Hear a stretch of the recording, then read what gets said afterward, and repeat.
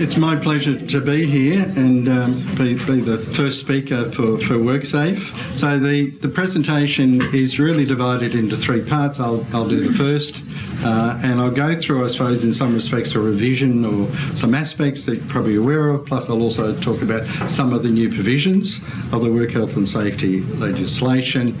Sally will then continue, talk about a number of aspects, including some of the work that WorkSafe's doing to help you to do your job.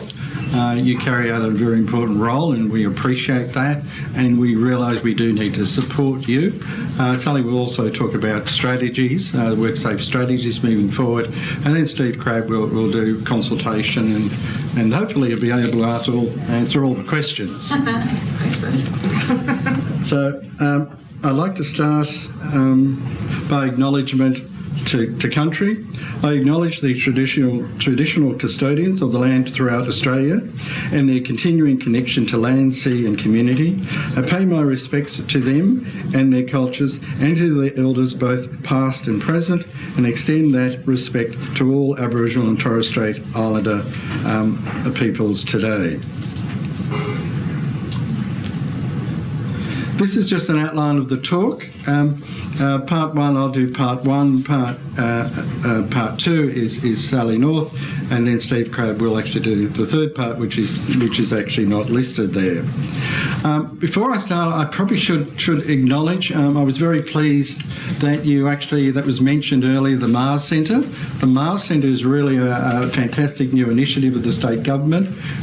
Significant funding was given to ECU to establish the Mental Awareness, Respect and Safety Centre. It stems around a new professorial chair.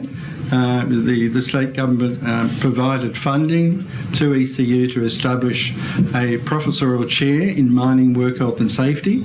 And believe it or not, despite the fact mining is extremely important to Western Australia, it's the first time we've ever had a professorial chair in work health and safety for the mining industry.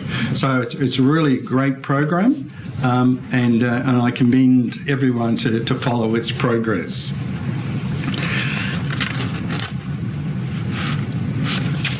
I'd like to start by just briefly going through the overview, I suppose, an overview of the objects of the Act. And you're probably aware of these, but it's always important to remind you of what they are. So the first one is to keep everyone safe at work. And basically, in simple terms, that's all workplaces should be safe as possible for all workers and others who are present in the workplace or may be impacted by work. The second one is to prevent work-related injuries and illnesses. It's all about identifying everything or anything that could be harmful. So in other words, recognising hazards. The third one is to make sure health and safety is a priority. And in some respects, this is how do you build up a safety culture? And how do you instill within everyone that it's a daily routine to think about health and safety? Improve health and safety standards, that's the fourth one. And that's always getting things, doing things better in some respects. We have clear guidelines and rules within the legislation, but we need to always improve what we do. The fifth one is support fair and effective representation. Every worker should have a say in their own health and safety. That makes sense, doesn't it? The sixth one is encourage cooperation and sharing information. We want everyone at work to talk openly about work health and safety, share information, and work together to resolve any safety matter. And that's a critical role for HSRs. Respond quickly and fairly to incidents. If something goes wrong at work, the Act ensures there is a clear and fair process for dealing with that incident. The eighth one is promote education and training. Everyone should know how to work safely. Again, it's logical. And the ninth one is continuous improvement. We need to be continuously looking at ways to make work health and safety better and workplaces safer. So in other words, HSRs can play a pivotal role in this, serving as a bridge between workforce and management to uphold safety standards. The work health and safety legislation, as Owen mentioned right at the start, it's been a long time coming. And when it did come, it was actually very large. It was one of the largest pieces of legislation that's ever been put through the Western Australian Parliament. In total number of pages, if you include the Act, you include the regulations for general industry, mining industry, as well as petroleum and energy, it was 1,856 pages. So it was a very big job to actually write it, but it's a very big job to actually understand all the various aspects of it.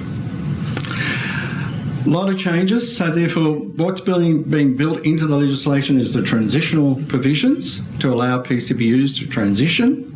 But there was also a document that was produced by the regulator that was called the Statement of Regulatory Intent, and it was really how the regulator would approach the new provisions.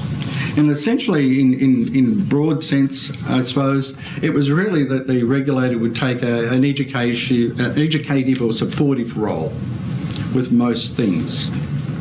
And on the board there, you can see just an outline of the main principles there.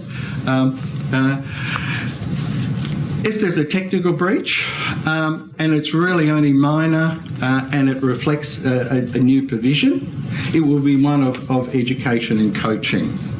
However, if the requirements were similar to previous, it won't be.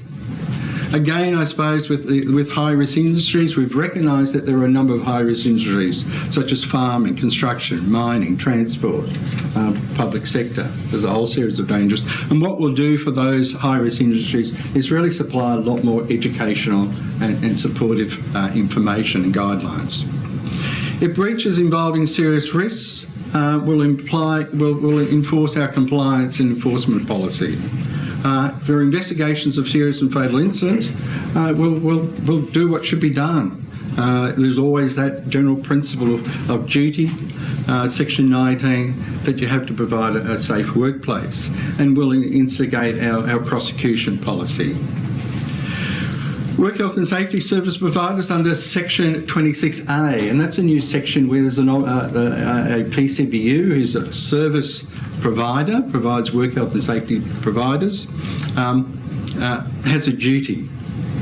And that's 26A. If there's an A after any of these sections within the Act, you know it's actually a new one. So that's a bit of a trick. So 26A is a new one. And essentially services, it implies if there's a PCBU who provides a safety service with specific for a control, that's what we're talking about. We're not actually talking about a general training course, for example, or what I'm doing now. That's not covered, but it's really quite specific where a PCBU provides to another PCBU work health and safety specifically to a risk that involves or that occurs at a workplace or workplaces. Volunteers play a very important role in our community, and nothing in the Act is intended to stop them from doing their fantastic work.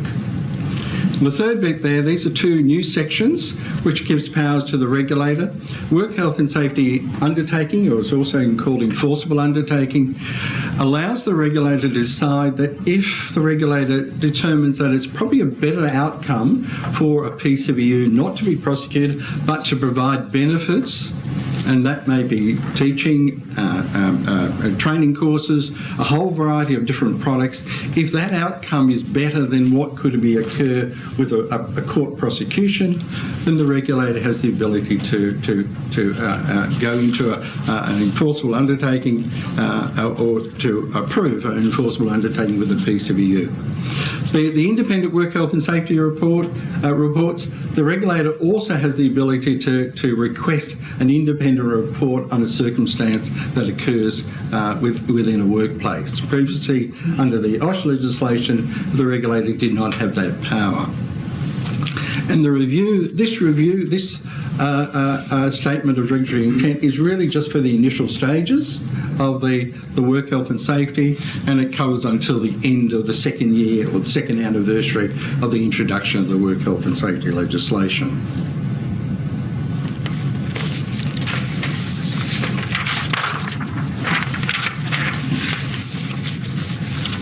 As HSRs, you're elected to represent your work group, and that's for a term of 3 years. Your primary purpose is to consult and represent your colleagues on safety matters, ensuring their voices are heard and their concerns are addressed. So there are a number of new provisions in the work health and safety legislation. WorkSafe Inspector can be used to help resolve safety issues. HSRs can direct workers in their work group to stop unsafe work, and HSRs are not personally liable for anything they do or omit in good faith as part of their role. So your functions extend to conducting regular safety inspections, encouraging or accompanying inspectors during workplace visits, and representing your work group in any work health and safety risk management process. You're not just there for when something goes wrong. You should be actively involved in working in the workplace to make it safer.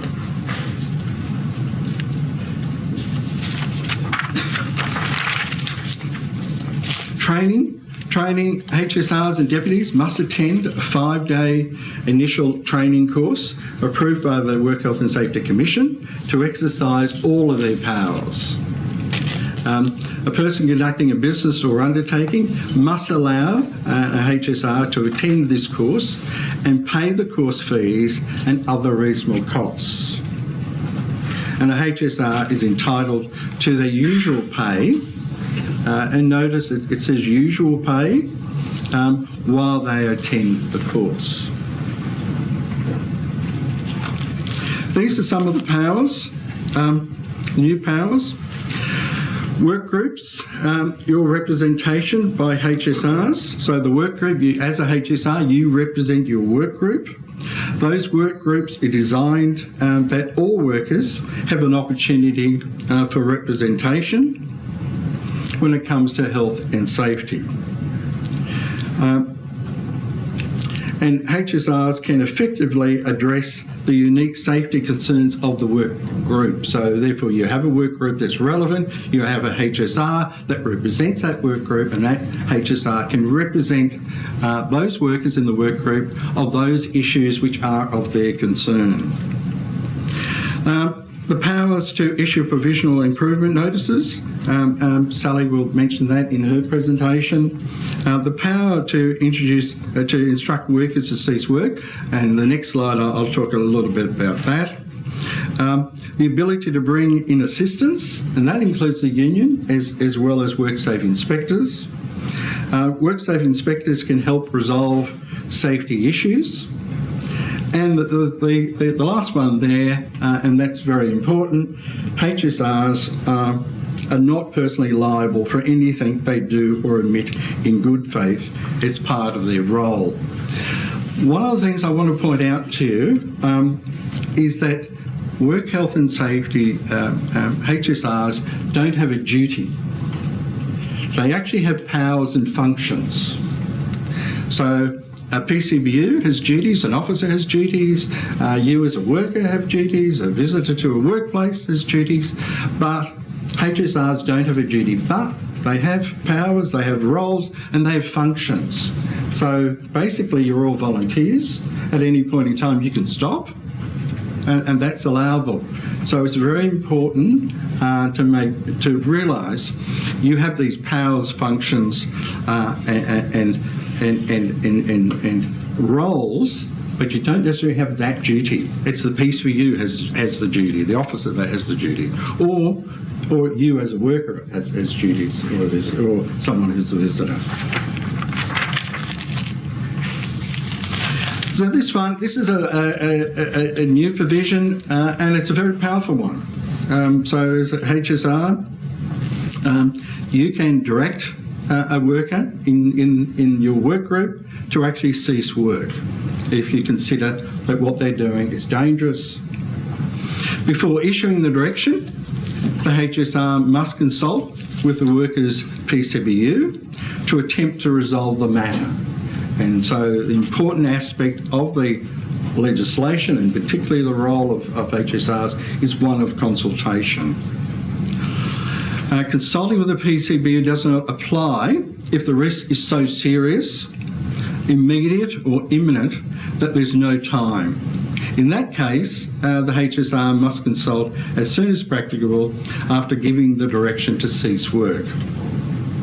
And the final one is HSRs must always inform the PCBU of any direction to cease unsafe work. So that's the end of my part. And one thing, important aspect, clear communication is fundamental, swift action when necessary, and collective problem solving is extremely important. So with that, I'll turn to Sally.